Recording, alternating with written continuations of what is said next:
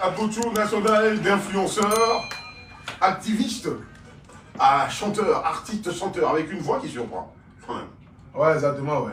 Tu étais dedans ou bien c'est quoi? Non. Moi, je faisais mes directs et puis voilà, les abonnés disaient, ben Aboutou, tu interprètes bien les chansons des gens et tu vas pas te lancer. Il dit, faire direct et chanter là, c'est pas la même chose. Est-ce que vous n'avez pas m'envoyer l'abattoir? On dit non, vas-y. D'accord. Donc je me suis retrouvé dans un studio, voilà, j'ai fait un petit truc, j'étais accompagné par mon grand frère Ramatoulaye. Quelqu'un écrit. C'est moi qui ai écrit, hein. D'accord. Voilà, j'ai écrit le texte. Bon, je suis parti au studio avec Ramatoulaye qui devait faire une chanson. Après ça, voilà, qu'il a fini, il dit, bon, je vais essayer quelque chose. J'ai pris le micro et commencé à chanter.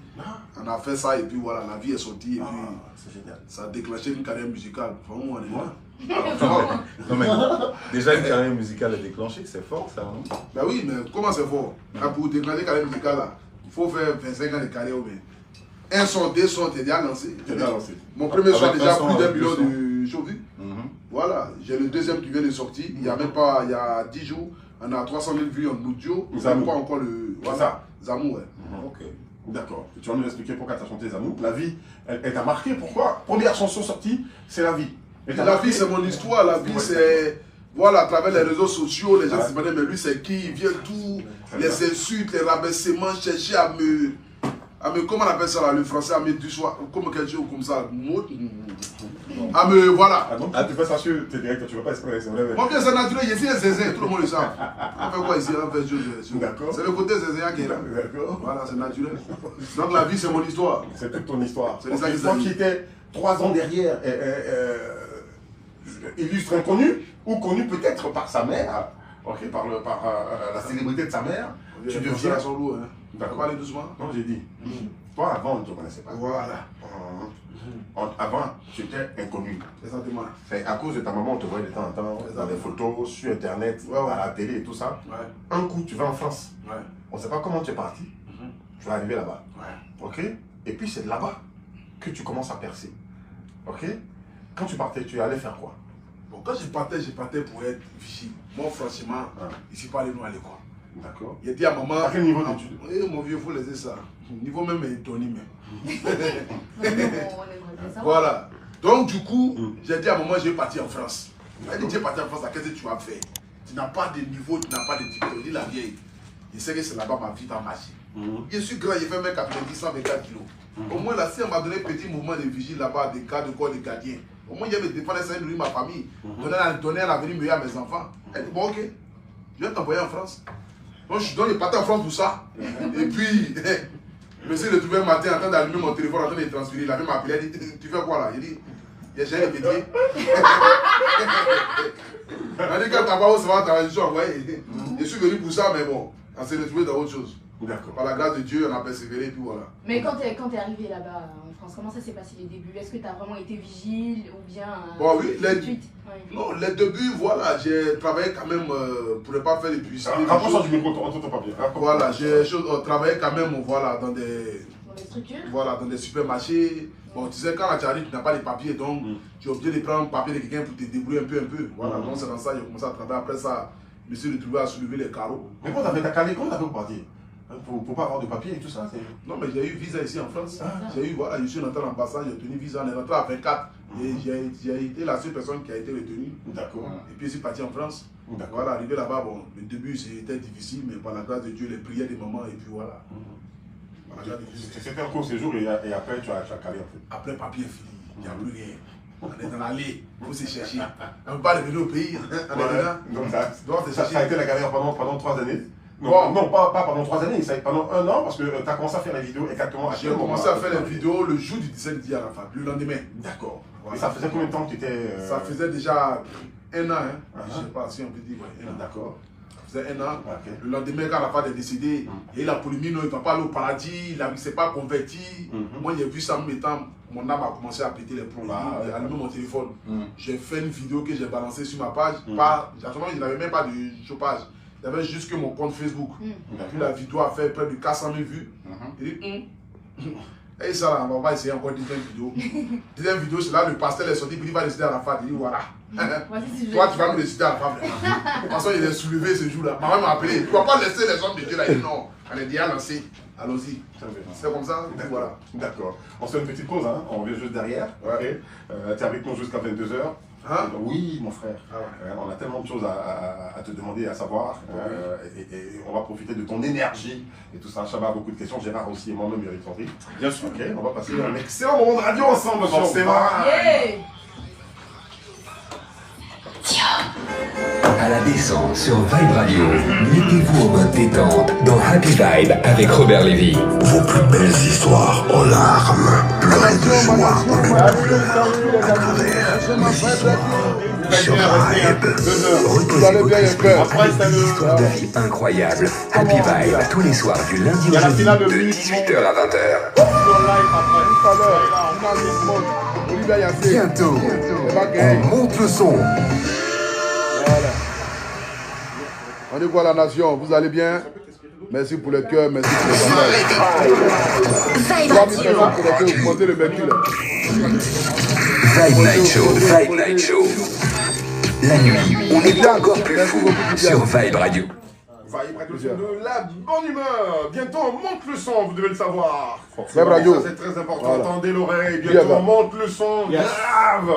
Et Abidjan va crier Madou. J'ai entendu ça quelque part. Je t'assure. Ça m'a fait marrer en fait. Oh. Madou. C'était le coupé décalé ou les Zouglous. Tu disais ça? Non, c'était coupé décalé. C'est coupé décalé, On non? va crier Madou. Madou. Non, c'était coupé décalé. D'accord.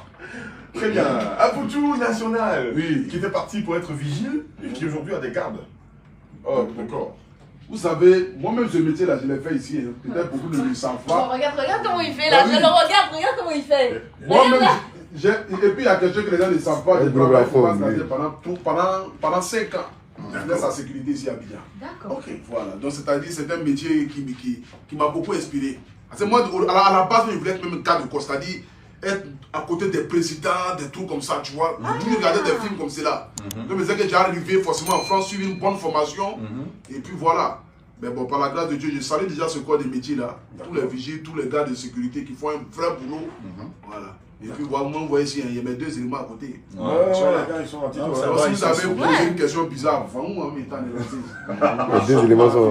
Bon, On commence déjà à menacer. De toutes les façons, comme on est chez nous, il n'y a pas de souci, on est tranquille en fait. Ton parrain va venir te Eh, prendre. voilà les mains des bleus pour tu le proverbe. petit marteau casse gros caillou. Ah. Dis donc. Pardon, pas tes fautes. Il n'y a pas photo. La main est gay. Non mais c'est génial que de voir sa vie changer ou prendre une allure de cette façon-là. Ok. Je préparais la question de savoir comment tu as commencé les vidéos, mais tu me racontes que c'est le décès d'Arafat Voilà. qui t'a inspiré. C'est d'Arafat qui Ok. m'a inspiré. D'accord. Après ça, j'ai arrêté au moins pendant 8 mois. Hein. D'accord. Parce que après ça, voilà. Et tu faisais à la quoi base, je pendant ne faisais ces pas de 8 mois? vidéos. Pendant les 8 mois, je travaillais. Parce qu'il faut envoyer quand même de l'argent au pays. J'ai ma fille qui est là, j'ai ma maman, voilà, tout ça. Donc, les vidéos, j'avais arrêté. D'accord. Et puis après, j'ai repris les vidéos lorsque le monsieur a perdu sa femme. Et c'est là que j'ai repris les vidéos. Et c'est à partir de là que. Quand tu dis monsieur, tu parles Voilà, de je Marco parle Soko, Marco Soko, exactement. Ah. Voilà. Et c'est là que j'ai repris les vidéos, en fait. Ok. Donc voilà, après ça, j'ai commencé à faire des vidéos, et puis voilà. D'accord. Moi, si tu me permets, Vas-y, ma Eric, chérie. moi je voudrais rebondir sur le décès Vas-y, de Arafat. Alors, c'est de là qu'est partie tes vidéos. Moi, je voudrais Exactement. savoir, est-ce que c'était dans l'émotionnel, genre comme la plupart des gens qui voudraient parler de la mort de Arafat, ou c'est parce que tu avais vraiment ressenti quelque chose de, Non, j'ai ressenti. de fort et tu t'es dit, bon, tiens, il faut que je fasse. Non, Arafat, Qu'est-ce je qui l'ai- s'était passé à ce Non, moment-là? Arafat, je l'ai connu. Vous savez, dans la vie, on peut tout dire des gens. Voilà. Vous savez, le côté religion, là, c'est difficile. On ne peut pas juger quelqu'un sur l'apparence. Personne ne connaît les liens que chacun a avec Dieu. Mais bon, les autres sont venus s'asseoir pour dire non, il n'a pas converti son âme, il n'était pas allé à l'église, il était comme cela, il était comme cela, il était comme cela. Donc quand j'ai vu ça, ça m'a fait mal pour un jeune qui vient de perdre la vie. Et certains pasteurs venaient dire ce genre de propos-là, comme si c'est eux qui savaient qui était habilité à aller au paradis et qui n'était pas habilité à aller au paradis. Donc là, je n'ai pas supporté. J'ai fait cette vidéo de 7 minutes que j'ai balancée. Et puis voilà, tout est parti de là. Donc, qu'est-ce que tu as dit concrètement, toi? Parce que quand tu dis que lui, il n'est pas allé au paradis sur un certain nombre de faits, selon toi, il est où? Il est au paradis? Ben, il peut être au paradis. Moi, je ne sais pas où il est. Personne n'est jamais allé au paradis pour le venir, pour savoir qui est allé là-bas, qui n'est pas allé là-bas. De toutes les façons, moi, je peux pas affirmer que voilà, le gars n'est... Parce qu'on ne connaît pas ses liens avec Dieu. Voilà, peut-être il était rock boy, il buvait, il faisait des choses, mais dans le secret, quel est le lien qu'il avait avec Dieu? Là, on ne pouvait pas savoir. Parce qu'on dit Dieu, amour, Dieu, c'est dans le cœur. C'est pas Parce forcément... que son intimité avec Dieu, c'est lui seul qui a vécu son Ayoka. intimité avec Dieu. Non, de toutes les façons, c'est un autre débat, c'est pas ça, c'est Ouais, pas le bien sûr. débat de ce soir. Ouais. On est là justement pour parler que de ta carrière, mais si on veut rentrer dans ça, je suis sûr qu'on ne quittera pas ici 2 heures, ne suffirait pas pour l'expliquer. Bien sûr. Bref. Lui, on dit, là, ok. C'est un Comment pasteur. C'est pas ça. Je sais pas.